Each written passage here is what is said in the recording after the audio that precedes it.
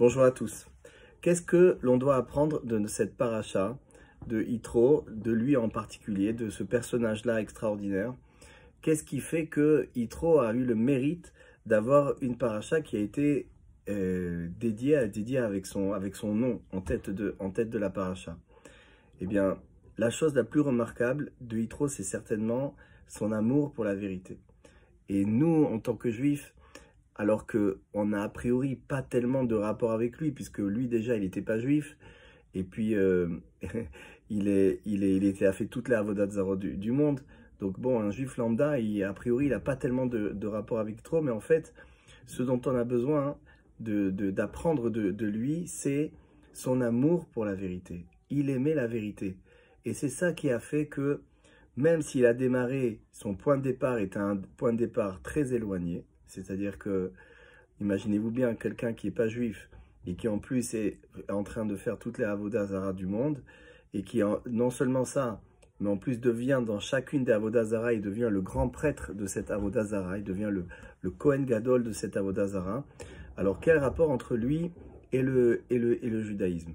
Eh bien, ce qui a fait la différence chez Yitro, c'est son amour de la vérité. C'est-à-dire que on sait bien qu'à chaque fois qu'il faisait une avodah zara, il ne rentrait pas dans cette avodah zara simplement parce qu'il était intéressé par le mensonge. Il n'était pas intéressé par l'avodah zara en tant que mensonge, il était intéressé par l'avodah zara parce que c'était une étape. C'était une étape, c'était quelque chose, il pensait, il y croyait, il pensait que c'était vraiment ça la vérité. Et quand il s'est aperçu que ce n'était pas la vérité, puisqu'il aimait la vérité, il cherchait la vérité, et Dieu l'a aidé justement à sortir à chaque fois de chacune des avodas zarah dans laquelle il s'est trouvé pour découvrir quelque chose de plus grand, de plus vrai, mais qui n'était pas forcément la vérité. C'est-à-dire qu'il a fait toute l'avodah zarah du monde, c'est-à-dire qu'à chaque fois, il a abandonné l'avodah zarah parce qu'il voyait que c'était du mensonge, et il est arrivé dans une autre avodah zarah qui était aussi du mensonge, mais qui était peut-être plus vrai, plus raffiné, en tout cas dans sa recherche. En tout cas, c'est Akadosh Baruch Hu à chaque fois qui a mis ça sur son chemin. Ça veut dire quoi? Ça veut dire que nous, on doit apprendre de cette paracha que Akadosh Baruch Hu aussi, dans notre parcours, dans notre chemin pour arriver à la vraie, la grande vérité, la vérité absolue, qui est la vérité d'Hachem, qui est la vérité de la Torah, qui est la vérité de la chose que l'on doit comprendre exactement comme Akadosh Baruch Hu veut qu'on la comprenne et que l'on vive cette vérité.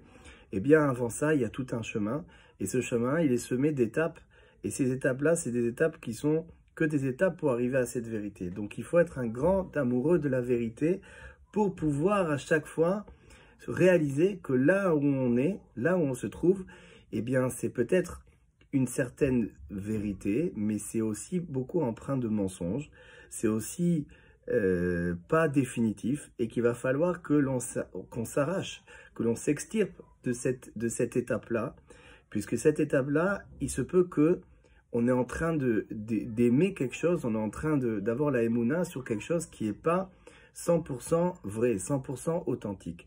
Et ça, c'est un peu comme de la avodah zara, parce que il suffit pas de croire, il suffit pas d'avoir la émouna, il faut aussi croire en quelque chose qui est vrai, qui est quelque chose d'authentique.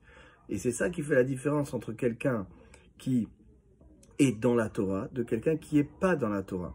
C'est-à-dire que quelqu'un qui a la émouna dans quelque chose qui n'est pas vrai, qui est pas authentiquement la Torah, alors même si lui il croit que c'est la Torah, c'est pas la Torah.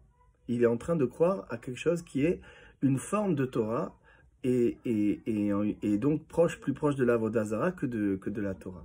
Donc la seule solution pour nous, c'est de comprendre que la vérité pure et grande et raffinée, on ne va la voir qu'après de longs efforts, en aimant la vérité et à chaque fois en étant prêt. Il faut aimer la vérité et en même temps être prêt à sacrifier. Il faut être prêt à lâcher du lest. Il faut être prêt à donner de soi. C'est-à-dire que si d'un côté on aime la vérité mais qu'on n'est pas prêt à abandonner comme l'a fait Yitro, puisqu'à chaque fois il est arrivé à une certaine position, une certaine situation où il aurait pu trouver un certain confort et rester dans ce confort-là.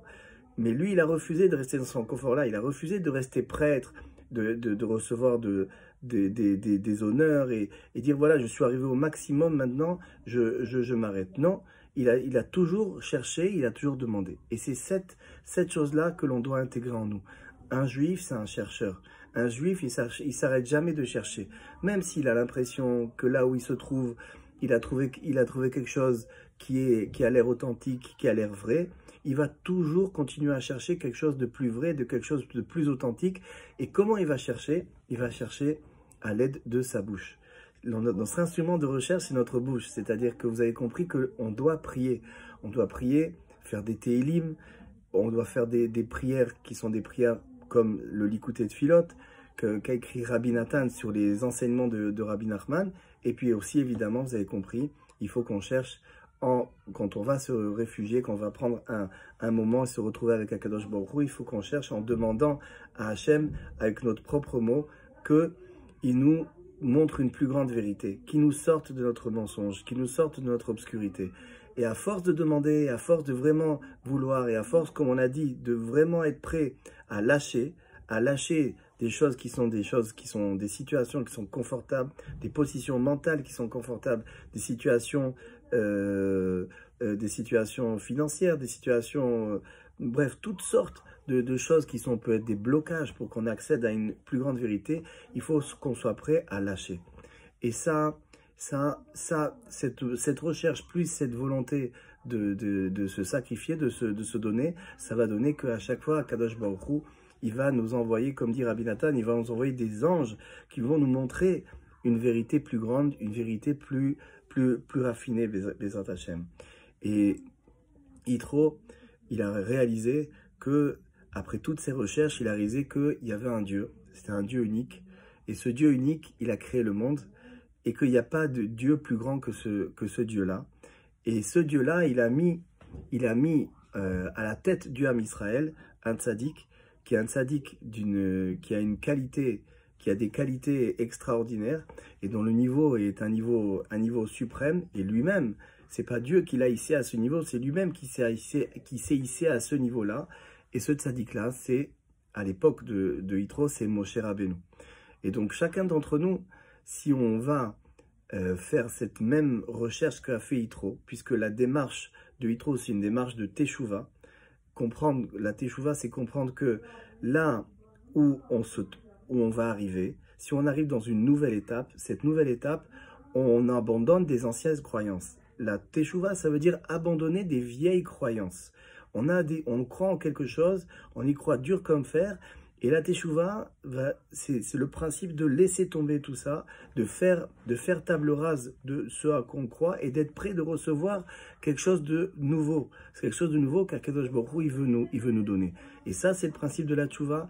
Et Yitro, en ça, il est un exemple pour nous, puisque il est parti de l'endroit le plus éloigné, il a passé toutes les étapes de la Teshuvah, même des étapes de la Teshuvah qui sont avant de devenir juif, puisqu'il n'était pas juif, il a fallu qu'il devienne juif, et après, il est allé à ce niveau-là, qui est d'arriver à la grande vérité, qui est à Kadosh Baruch Hu, et en même temps, avec ça, le fait qu'il y avait un tzaddik dans cette génération, qui était un tzaddik unique, il n'y avait pas d'autre tzaddik dans cette génération, qui était de ce niveau-là, et qui pouvait lui seul l'aider à trouver Akadosh Baruch Hu, et l'aider à trouver la grande vérité de ce monde, c'est-à-dire la Torah.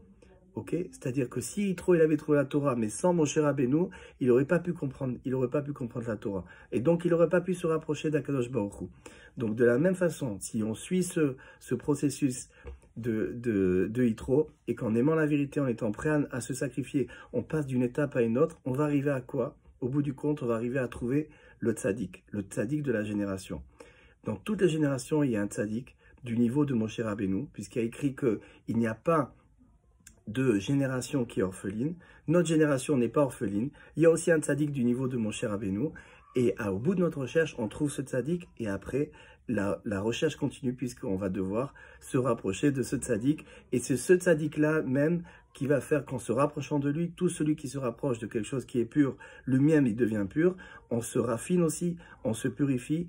Et il nous nettoie de notre imaginaire, il nous nettoie de nos illusions. Et après, Bezrat Hashem, on peut nous aussi, doucement, tenter de devenir des tzadikim, comme ce propre tzadik-là. Rabbi Nachman a dit, je vais faire de vous des tzadikim comme moi. Kamoni mamash, comment vous devez devenir des tzadikim, et ça, je vais vous aider, c'est mon projet avec vous. Alors, Bezrat Hashem, qu'on ait le mérite de devenir des chercheurs, puisque un juif, c'est avant tout un chercheur, et que Bezrat Hashem, au bout de cette recherche, on trouve cet homme-là, ou cette femme-là, que Akadosh Baruch Hu, il voudrait que l'on devienne. Shabbat Shalom.